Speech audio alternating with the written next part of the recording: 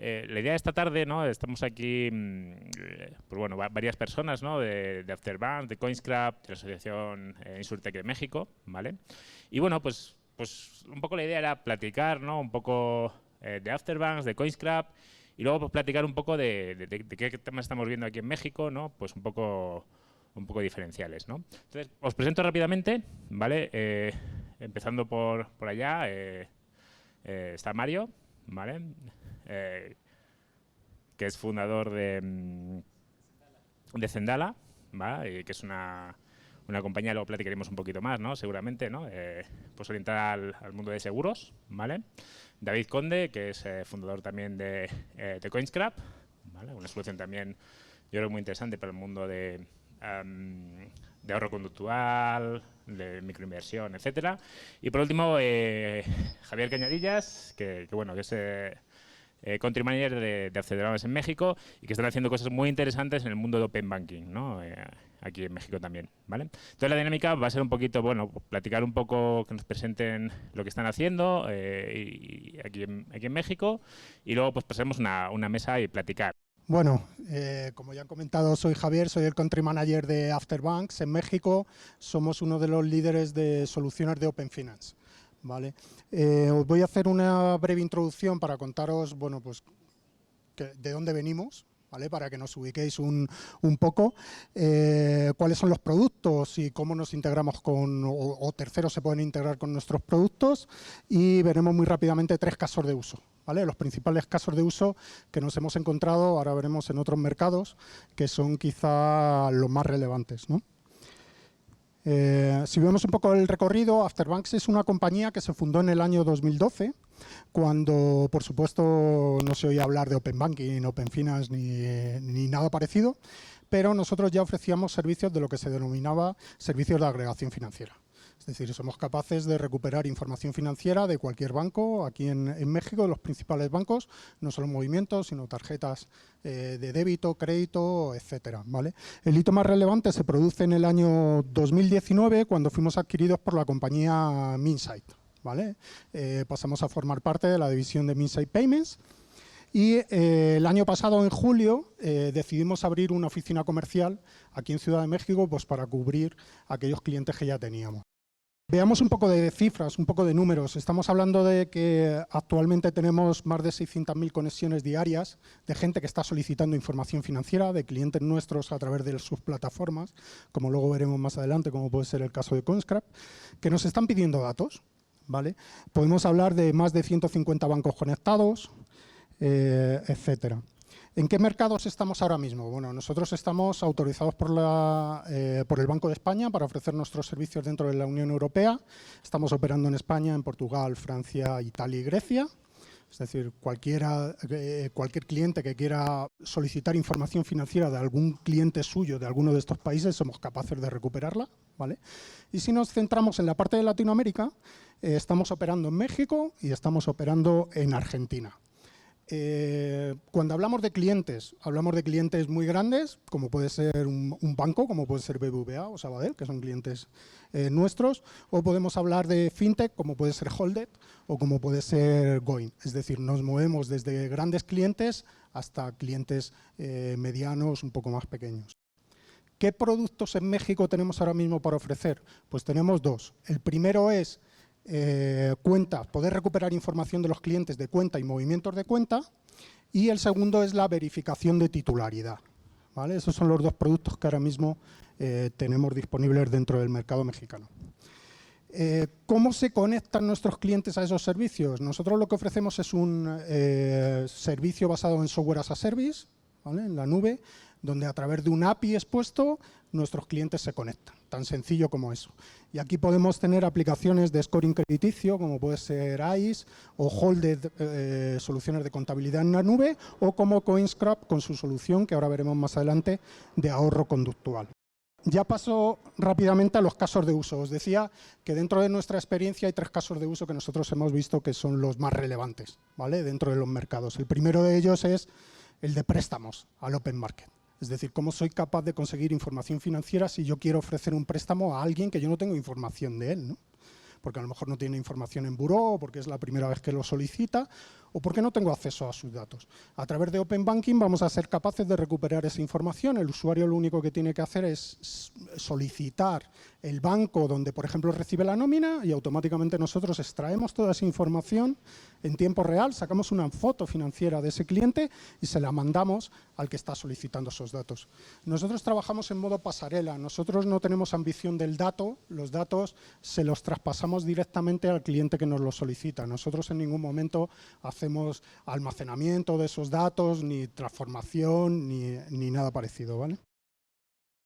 Otro de los casos de uso es el PFM, muy típico. Conocéis aplicaciones como Finerio aquí en México y demás, que lo que te permiten es tener unificada toda la información financiera, ¿vale? Básicamente, todos lo conocemos. Ese es el caso de uso quizá más relevante. Y ya para finalizar, el caso de uso a través de PFM de ahorro conductual, que no voy a entrar muy en detalle porque ya le voy a dar paso a David, para que pueda contaros un poco cuál es su solución, ¿vale? Muchas gracias. Antes de nada, presentaros nuestra compañía. Nosotros nos llamamos CoinsCraft Finance y nos dedicamos a desarrollar soluciones de ahorro conductual usando el transaccional bancario. Y cuando digo el transaccional bancario, lo que hacemos es acceder a los datos bancarios del cliente y sobre esos datos intentamos montar reglas de ahorro automáticas que permitan ahorrar sin darte cuenta, que cada día que entres en tu aplicación de tu banco veas que tienes más dinero. Ahora os cuento un poquito más. Nosotros somos una compañía española, tenemos sede en 3 ciudades diferentes y ya hemos cerrado un primer acuerdo aquí en México y tenemos un plan de expansión aquí apoyándonos en los acuerdos que tenemos tanto con Minsight como con Afterbanks para empezar a prestar servicios dentro de los bancos mexicanos. Nosotros decimos que saving is not sexy, o sea, que ahorrar no es sexy. A nadie le gusta ahorrar y creo que aquí en México menos todavía que en España. Lo que nos gusta es conseguir lo que se consigue con ese ahorro. Nos gusta pues irnos a la playa, comprarnos el siguiente iPhone. Entonces la gente necesita soluciones automáticas que lo hagan por ti, que trabajen en el background mientras tu vida continúa. Y además se da otra circunstancia también, que los bancos y las aseguradoras se están quedando atrás frente a nuevos competidores fintech. Neobancos están ofreciendo soluciones muy innovadoras que hacen que les coman terreno en su modelo de negocio. Y tanto, a ver, esta estadística está un poco sesgada, pero bueno, que una encuesta que se hizo entre millennials de Reino Unido, pues dice que el 71% preferiría ir al dentista antes que ir a su banco. Vale, y esto es un ejemplo. Por ejemplo, esto es la aplicación de Banco Santander, uno de nuestros clientes, en marca blanca, donde, como veis, replicamos el look and feel de la aplicación del banco y te permite poner un nombre a tu objetivo, te permite fijar reglas de ahorro como redondear tus compras, ahorrar un porcentaje de tu nómina, muchas reglas que trabajan de manera automática mientras tu vida continúa y te permite pues, que consigas tus objetivos financieros sin darte cuenta. Por ejemplo, para que os hagáis una idea de la atracción de este tipo de aplicaciones, en solo 3 meses, desde que Santander lanza la aplicación, pues más de 500.000 de usuarios acceden a ella. Y luego otra cosa interesante que tenemos es que una vez que el usuario entra dentro de la aplicación y nuestro motor accede a los datos transaccionales, somos capaces de entender qué significa el movimiento bancario y dar recomendaciones personalizadas para cada usuario. Por ejemplo, si detectamos que tienes un ingreso superior a tu saldo medio de los últimos meses, pues te invitamos a hacer una aportación extra a tu meta. O, por ejemplo, somos capaces de saber si vas a entrar en descubierto y si vemos que la semana siguiente tienes más gastos que ingresos y vas a entrar en descubierto, te mandamos una notificación y te decimos, oye, ten cuidado, ingresa en tu cuenta para que la cuenta no entre en descubierto. La potencialidad que tiene Open Banking es tremenda. Aquí en México yo creo que estamos todavía en la punta del iceberg, pero una vez que se tiene acceso a los datos bancarios, se puede saber casi absolutamente todo de la vida de un usuario. Al final, nosotros generamos esa solución de microahorro y para poder aplicar esas reglas de ahorro que os decía, del redondeo o de un porcentaje de tu nómina, tenemos que acceder al transaccional bancario. Y para ello, pues en muchas ocasiones, tú puedes redondear las compras que tú haces en tu banco, como puede ser Banorte, pero también puedes redondear las compras que puedas hacer en otros bancos. Con lo cual, lo que estamos generando es una excusa para la entidad financiera para preguntar las credenciales del usuario en otro banco y hacerlo con un ratio de conversión bastante elevado. ¿Por qué? Porque en España y sobre todo en Europa, donde el tema de la agregación bancaria con la implementación de la ley está más desarrollada, lo que se están preguntando todos los bancos y aseguradoras no es si el usuario va a agregar o no va a agregar. El usuario va a acabar agregando porque las propuestas de valor son muy interesantes para el usuario también. Entonces, la pregunta es, ¿qué le ofrecemos nosotros al usuario para que agregue las credenciales con nosotros y no lo haga con alguien de la competencia? Entonces, soluciones de este tipo relacionadas con el tema de ayudarte a ahorrar, de entender tu salud financiera, de mejorar tu salud financiera de manera automática, son soluciones que para bancos y aseguradoras entran muy bien de cara al usuario que esté dispuesto a agregar sus cuentas. Para que os hagáis una idea de todas esas personas que visteis que había accedido al Banco Santander, más o menos acaban finalizando el objetivo y agregando sus credenciales bancarias entre un 10 y un 15% de las personas. Con lo cual es un ratio que, aunque parezca bajo, es un ratio muy interesante. Y eso permite al Banco Santander empezar a tener información de lo que tiene su cliente en el BBVA, de lo que tiene su cliente en otros bancos. Y lo que os decía, una vez que tienes acceso al transaccional bancario, es que sabes la vida, o sea, ni os imagináis las cosas que se pueden saber una vez que tienes acceso al transaccional. Sabes ingresos, sabes los gastos, sabes los seguros que tienes, la capacidad de ahorro, cuántas veces vas a la farmacia, cuántas veces echas gasolina. O sea, todo eso es información muy relevante para las entidades financieras para poder montar propuestas de valor alrededor de toda esa información y sobre todo para conocer mejor al usuario. Lo que ofrecemos nosotros a las entidades financieras, además de esa solución donde el usuario permite agregar las cuentas, lo que le damos a las entidades financieras también es un dashboard que le permite a la entidad financiera entender perfectamente de un vistazo la vida financiera del usuario, pues cuáles son sus ingresos, sus gastos, sus seguros, lo que os comentaba ahora. Y luego le permitimos de manera automatizada generar insights sobre esos datos transaccionales, por dar recomendaciones financieras y demás. Y además estamos hablando de, lo comentaba Javier, estamos hablando de un mercado de más de 38 billones de dólares. Como os comentaba, en Latinoamérica no está más que en la fase inicial. O sea, parece, y aparte en Europa también pasó de esta manera, cuesta mucho que las entidades empiezan a ofrecer soluciones relacionadas con la agregación, pero en el momento en el que uno da el primer paso y esa solución funciona, el resto le siguen. En España pasó, España BBVA fue el primer banco en permitir agregar credenciales de otras entidades y el resto de entidades financieras lo siguieron. O sea, al final es que uno dé el primer paso y probablemente empezarán a surgir soluciones alrededor. Con lo cual, estar ahí de primero, entender bien cuál es la potencialidad del Open Banking es fundamental. Y estos son algunos de los beneficios que hemos conseguido para nuestros clientes, incrementar, ser capaces de reducir el canal de adquisición gracias a esta propuesta de valor, incrementar el ratio de ahorro, incrementar el Net Promoter Score, gracias a este tipo de soluciones. Y esta es la foto de los clientes de Coinscrap. Como os comentaba, trabajamos con algunos de los grandes bancos y aseguradoras en España, estamos en Francia, este año entramos en Portugal, tenemos ya clientes en México y Brasil y nuestra idea es empezar a expandirnos en México, donde os comentaba, creemos que la potencialidad de la planificación financiera del Open Banking es brutal. Y nada, acabar con un quote de Richard Thaler. Este es uno de los últimos premios Nobel especializado en economía conductual, que lo que dice es: la lección de las finanzas conductuales es que solo funcionan si es automático.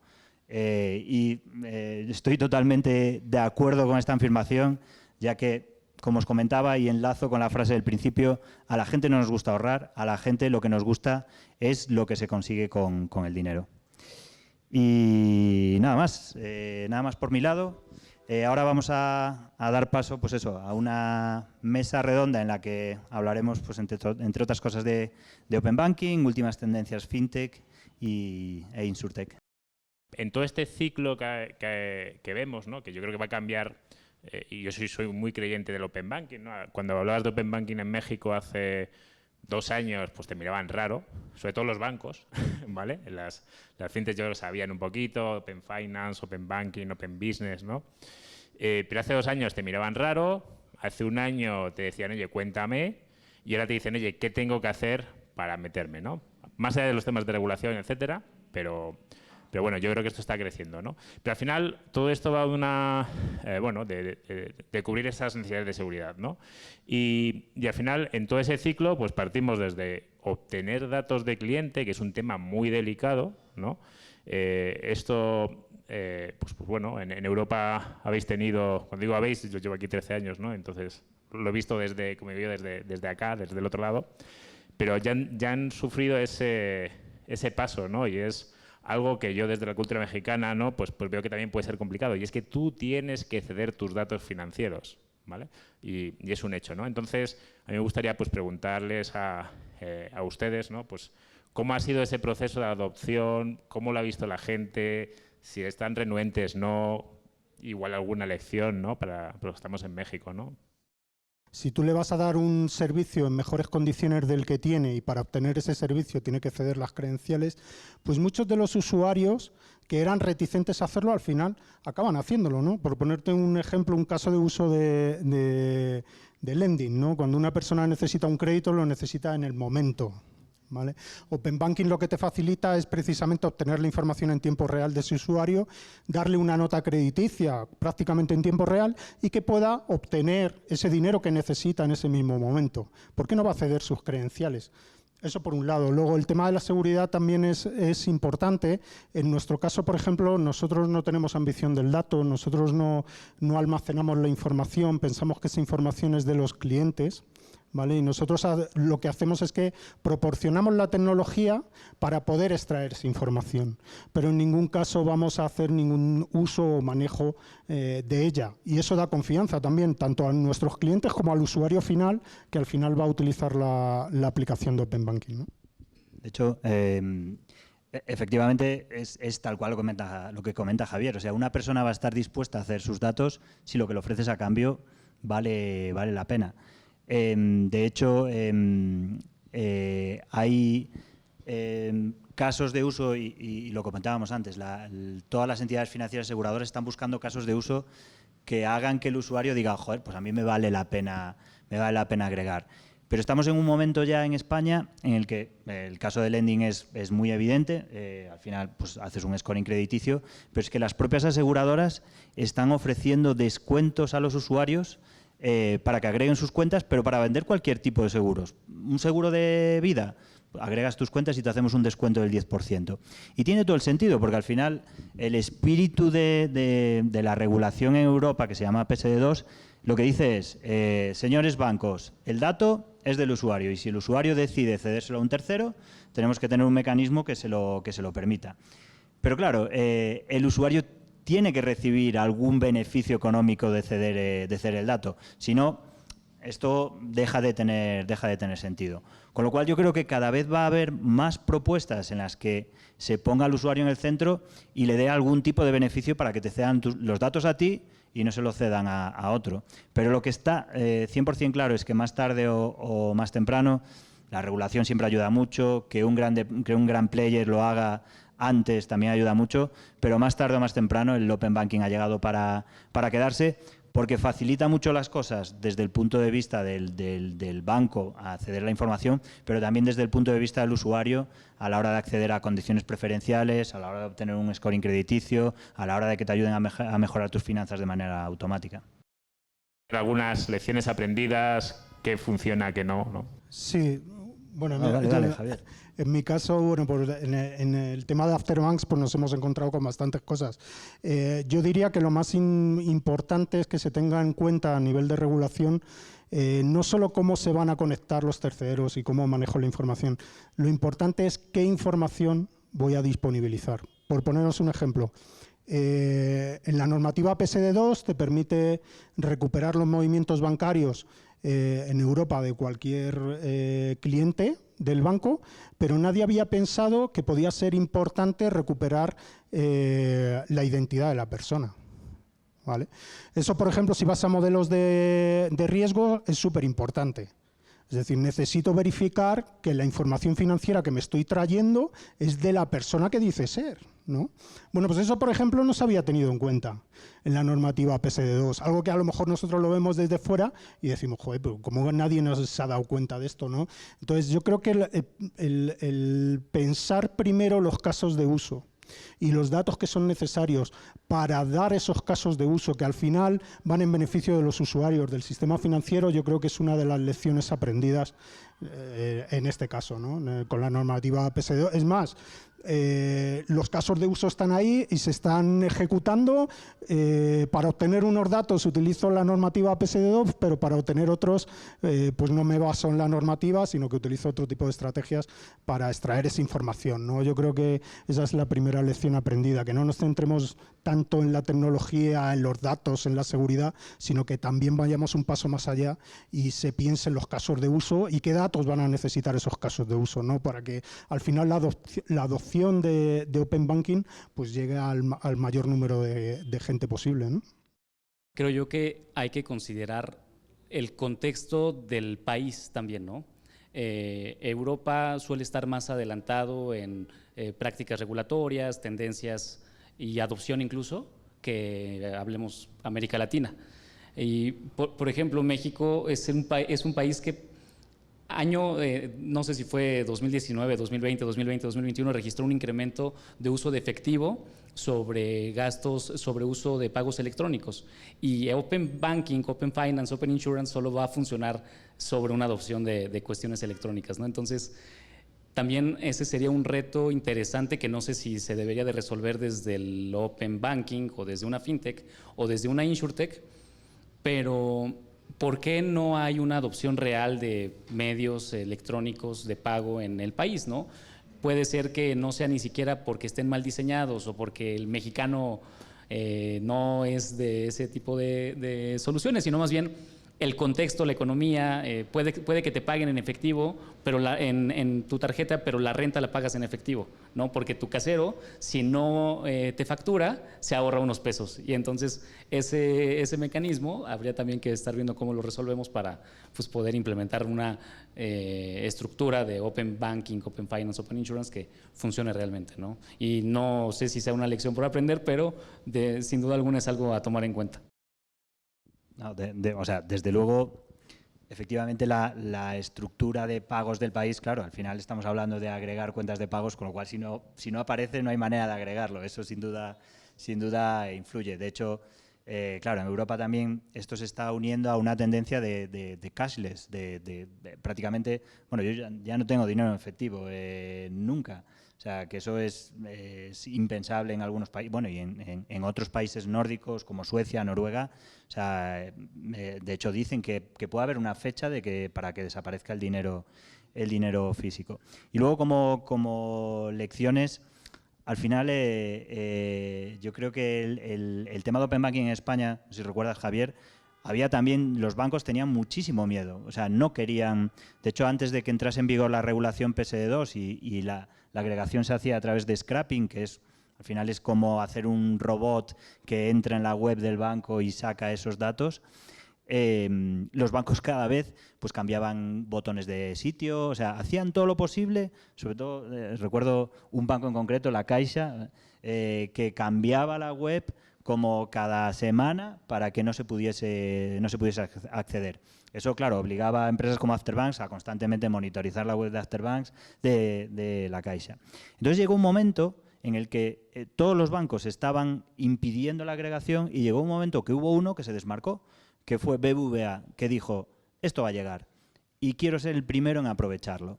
Y cogió y lo que hizo fue, antes de entrar en vigor la regulación PSD2, abrió su API, abrió, digamos, su backend y es en plan, cualquiera que quiera montar una solución de PSD2 la puede montar con mis datos. Y eso le convirtió en ser el líder en agregación PSD2, ser el líder en salud financiera, ser el primero en salir en la tele. Yo voy a permitir a mis usuarios que agreguen sus cuentas y al final eso fue el pistoletazo de salida para que todos los bancos empezaran a reunir a sus equipos en plan, ¿qué vamos a hacer para que los clientes agreguen nuestras cuentas? Con lo cual, O sea, una de las lecciones yo creo, y esto, pues eso, irá para los directores de negocio, los directores de marketing, los directores de innovación, que al final es muy complicado, hay que ser valiente para ser el primero en hacerlo, porque tiene sus riesgos también. Pero yo lo que diría es que al final, en lugar de tenerle miedo a algo que va a llegar, es mucho mejor embrace it, es mejor ir a por él y intentar ver cómo te puedes asegurar, cómo te puedes beneficiar, perdón. Y luego hablando de propuestas de valor, y si hay alguien de Fintonic aquí que me perdone, y de hecho cambió su modelo, Fintonic fue, que yo creo que está aquí en México también, Fintonic en España fue el primer PFM. Y yo recuerdo, es en plan, hostia, qué bueno, qué novedoso, voy a probarlo y tal. Y recuerdo agregar mis cuentas. Y lo que pasaba en Fintonic es que solo te mandaban mensajes negativos. O sea, es en plan, te van a cobrar, vas a entrar en descubierto, te han cobrado doble comisión. O sea, al final, es en plan, joder, parecía mi madre Fintonic. Solo me mandaba, ¿sabes?, mensajes negativos de tío, estás fatal, no vas a llegar a final de mes. Y yo creo que, como decía Javier, es fundamental pensar en qué se va a hacer con el dato y el cómo el usuario va a visualizar la propuesta de valor que tú estás ofreciendo. El mercado de préstamos es el mercado, yo creo, que más éxito ha tenido la implementación de Open Banking, junto con la parte bancaria de PFM.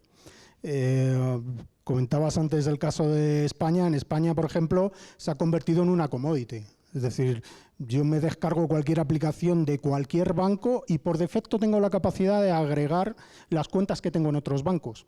Y ni siquiera es algo que me resulte raro, porque ya está súper metido en el mercado, como usuario ya lo sabes, el ceder credenciales, las cedes cuando vas a obtener un beneficio por ellas.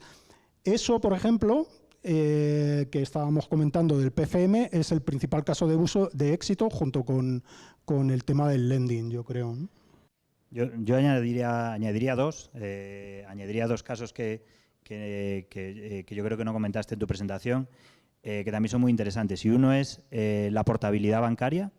Hay una compañía sueca que lo que te permite es, tú te quieres cambiar de banco, entonces agregas tus credenciales de tu banco actual, detecta todos los seguros, tu nómina, o sea, detecta todos los cargos y pagos que tú tienes en tu cuenta actual y es capaz de portártelos a la nueva cuenta. O sea, si tú te quieres cambiar, pues eso, de Banorte a BBVA, tú agregas tus credenciales de Banorte, esta startup identifica todos los cargos y pagos que tú tienes y se encarga, no sé si de manera manual, automática o cómo lo hace, pero de cambiar el recibo de la luz, cambiar el recibo del agua, cambiar tu nómina. Se encarga de hacer todo, que al final resulta bastante tedioso, bastante aburrido, el tener que cambiar todo eso de un banco a otro y lo hace por ti. Y el segundo es la gestión de suscripciones. En España, no sé si aquí pasa lo mismo, cada vez tenemos más suscripciones de Netflix, de Amazon, de Apple, tantas, bueno, a mí me pasa, yo ya no sé cuántas pago, tengo algunas duplicadas, o sea, y entonces lo que hacen es, tú agregas tus cuentas, se encargan de identificar todos los pagos recurrentes, todas las suscripciones que tú tienes y con un botón en un mismo sitio puedes anularlas. Si tú quieres, y aparte es muy interesante también para cancelar periodos también eso me ha pasado 1000 veces, el empezar un periodo de prueba, olvidarme de cancelarlo y aparte me pago el año del tirón, que digo, soy idiota. Pues eso también, te encargan de avisar de cuándo vence y las puedes cancelar desde la propia aplicación. Como os comentaba, y esto solo es un ejemplo, yo creo que van a salir propuestas de valor y bueno, y no hemos hablado de Open Insurance tampoco, que también en España todavía no se está desarrollando porque no hay una regulación alrededor, pero bueno, incluso nosotros con la colaboración de Afterbanks ya hemos hecho alguna prueba de concepto en la que agregamos los datos de las credenciales de seguros, en plan, por ejemplo, de Mapfre, si un usuario nos cede sus credenciales, somos capaces de acceder al seguro y a todas las coberturas de un seguro auto, por ejemplo, y si eso se lo das, pues si lo estamos haciendo en nombre de otra aseguradora, seríamos capaces de dar una tarificación exactamente con las mismas coberturas para que el usuario pudiese cambiar el seguro. Yo creo que Open Insurance Si estábamos hablando de la punta del iceberg en Open Banking, Open Insurance, todavía la punta está un poquito más arriba, pero la potencialidad es enorme. Y creo que en Brasil, o sea, sin ser un experto, creo que en Brasil le están avanzando mucho en ese campo. Uno de los casos de uso que puede ser muy exitoso sin etiquetarlo como finance, insurance o banking, es la personalización de los productos que se les puede ofrecer con todos estos datos que se pueden recopilar para ofrecerlo, ¿no? Puede haber una polémica de ahí de quién es el dueño de los datos, ¿no? La persona, la marca y demás, pero sin meterme en ese ámbito. Brasil, sin duda alguna, tiene un poco más avanzado esa parte. Es el mercado de InsurTech más grande de Latinoamérica, en número de InsurTech y en el capital que se ha levantado. La regulación también está ahí más avanzada en nuevos modelos, modelos novedosos a través de datos abiertos. Y un ejemplo, en Estados Unidos hay una InsurTech que se llama Mulberry, que creo que pudo haber salido de un fintech, pero esta es una InsurTech. Ellos se aliaron con Best Buy. Y entonces cuando la gente va a comprar algún gadget, algún electrónico, te ofrecen tu garantía, que pudiéramos decir que es una suerte de seguro. Y si tú eres alguien que no cuida las cosas, debería de costarte más cara la garantía que alguien que es muy cuidadoso, ¿no? Y entonces estos de Mulberry analizaron los datos y si saben que es una persona que ya va por su quinta cámara, la garantía le cuesta un poquito más, a diferencia de las personas que son muy cuidadosas, que en su vida han utilizado su garantía y les van bajando, ¿no? Entonces, si pudiéramos conectar el comportamiento de gasto de las personas y vemos que a lo mejor ya va por su tercera cámara, pues pudiéramos ahí estar viendo cómo las garantías pueden estar cambiando el costo, ¿no? O al contrario, alguien que es muy bueno y el estar embebiendo estos productos en el momento oportuno, creo que es donde se hará la diferencia de estos casos de éxito.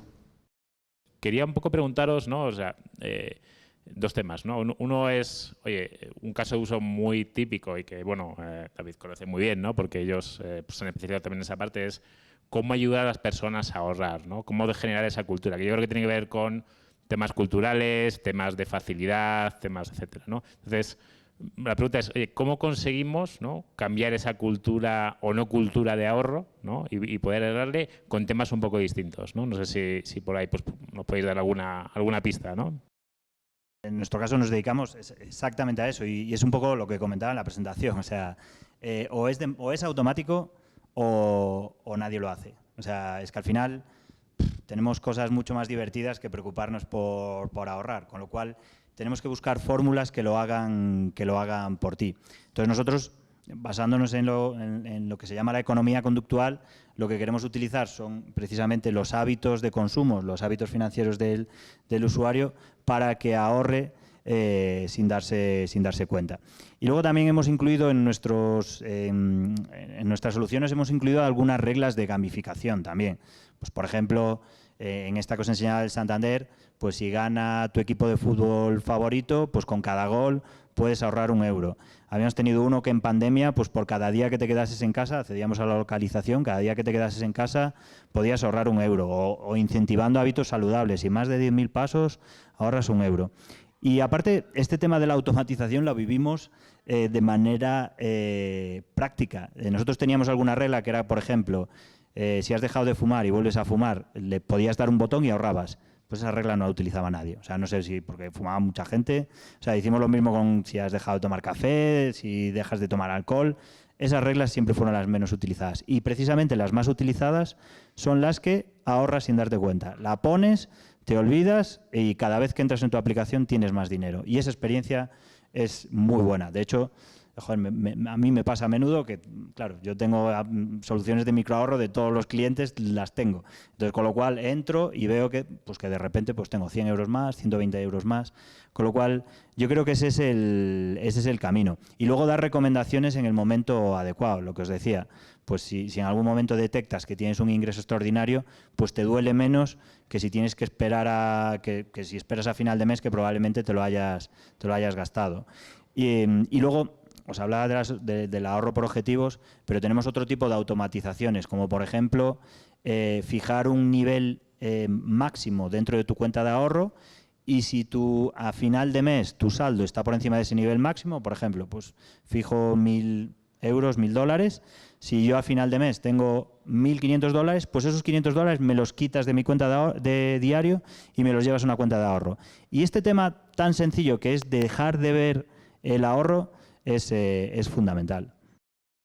Parte de esto del que sea automático es clave y retos de ahorrar, pues hay muchos. Yo creo que la desconfianza en las instituciones también es mucha aquí en México y muchas personas, si bien pudieran tener algún extra que quieren ahorrar, pues van a ir por un método informal más que un método formal por esta desconfianza, ¿no? Entonces ese es otro punto que deberíamos de buscar cómo resolver, pero probablemente no nos corresponda a nosotros tampoco.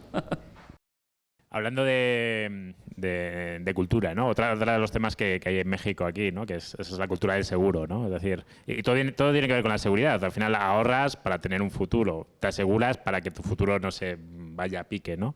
Entonces, en esa parte del seguro, ¿cómo veis que podemos, porque sobre todo si comparas con determinados países, ¿no? O sea, si a nivel Latinoamérica estamos con una penetración del mundo de seguros similar, puede cambiar de países, varía por países, pero ¿cómo creéis que podemos cambiar esa cultura, ¿no? Porque, de hecho, el otro día leía un artículo y creo que es aquí en México, ¿no? La razón por la que una persona pasa de una clase media a la extrema pobreza, la razón número uno es que haya tenido un tema médico, un accidente, un tema médico que no ha podido pagar y que lo ha hundido, ¿no? Entonces, ¿cómo podemos cambiar esa cultura, ¿no? Es una gran pregunta. Se dice mucho que, y esto es más una respuesta del lado tradicional de la industria de los seguros, de las aseguradoras, se dice mucho que en México la industria del seguro no ha crecido porque no hay cultura de prevención. Y sí hay algo de eso, pero también si a eso le sumas que los productos son complejos de entender, son muy caros y no están pensados en el contexto realmente de la persona, pues no ayudas, ¿no? Eso sumado a la desconfianza que puede haber a las instituciones, ¿no? Banca, seguros en general, pues sin duda también suma. Lo que se debería de hacer es, la realidad de muchos mexicanos, y aquí ya me estoy yendo al que sería el mayor porcentaje de la población, la base de la pirámide, no tienen ingresos constantes.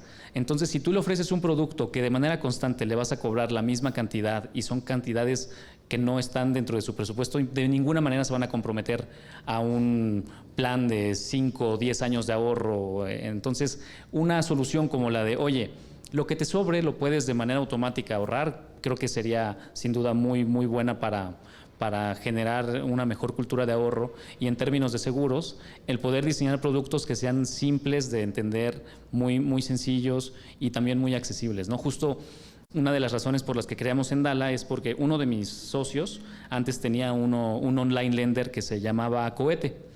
Y una de las principales razones por las que las personas acudían a pedir ahí un préstamo era por una cuestión de una urgencia médica.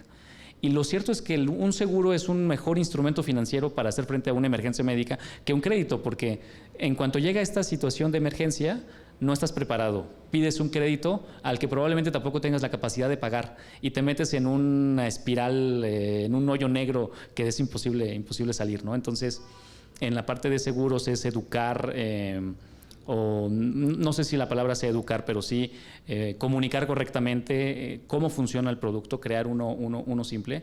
Y es por eso que tenemos nosotros en planes de suscripción, nuestro modelo es un plan de suscripción, así como te suscribes a Netflix, a Disney Plus, a Amazon Prime, te puedes suscribir a Sendala y tienes de manera mensual, muy accesible, un seguro que te cubre de lo más común, y por ahí es como creo que podemos resolverlo eso, ¿no? ¿Qué viene en el futuro, ¿no? O sea, este mundo open donde los datos no son nuestros, sino son de quien los quiera, ¿no? Bueno, perdón, sí son nuestros y yo los puedo dar a quien quiera, ¿no? Pues bueno, preguntaros un poquito qué veis a futuro, ¿no? Bueno, yo creo que el futuro está, aunque ya se ha puesto el primer granito de arena con PSD2, pero es poner aún más al usuario en el centro de todo. Es decir, pero no solo de los servicios financieros, que hemos mencionado, Open Finance, el mundo de los seguros, es decir, cualquier información relevante que está generando un usuario, independientemente del sector en el que esté, va a ser capaz de poder acceder a esa información y cederla a un tercero, ¿vale? Yo creo que ese es el siguiente paso al que deben de tender. O sea, no solo centrarse en el mundo financiero, sino ir poco a poco entrando en los siguientes mercados que son interesantes o importantes para los usuarios, ¿no? Cualquier, no sé, vertical en la que un usuario esté generando información, que esa información puede ser valiosa para un tercero, pues al final tiene que poder cederla, ¿no? Yo creo que van por ahí un poco los tiros, ¿no? Sí, o sea, yo creo que al final, es que a mí me pasa lo que os comentaba. Yo tengo, pues eso, un poquito aquí, otro poquito allí, otro poquito allá, los seguros en otro sitio. O sea, al final, esto lo vio muy bien el presidente de BBVA, que dijo, BBVA no es un banco de producto, es un banco de servicios. O sea, al final, los productos son commodities ya. La cuenta corriente es la misma en todos los bancos, los seguros, los fondos de inversión. Entonces, lo que va a hacer que tú te cases con una marca es el servicio. De hecho, dicen que el banco del futuro no va a ser un banco. O sea, el banco del futuro a lo mejor es Apple, o a lo mejor es Amazon, o a lo mejor es Google. O sea, no sabemos quién va a ser el banco del futuro. ¿Por qué? De hecho, ya se están metiendo. Amazon ya te da préstamos. Apple tiene su tarjeta. Apple se acaba de comprar una empresa de Open Banking. O sea, al final, ellos son marcas que dan un servicio excelente, tienen una marca súper reconocida y que saben que si lanzan una cuenta corriente o lanzan una tarjeta, ya tienen la confianza del usuario. Y si el servicio que dan es bueno, pues al final, yo si Apple me agrega a todos mis bancos, me agrega a todos mis seguros, pues a lo mejor me quedo solo con Apple y el resto de cosas serán una commodity. Y yo veré, dentro de mi aplicación de Apple, veré todo lo que tengo por ahí.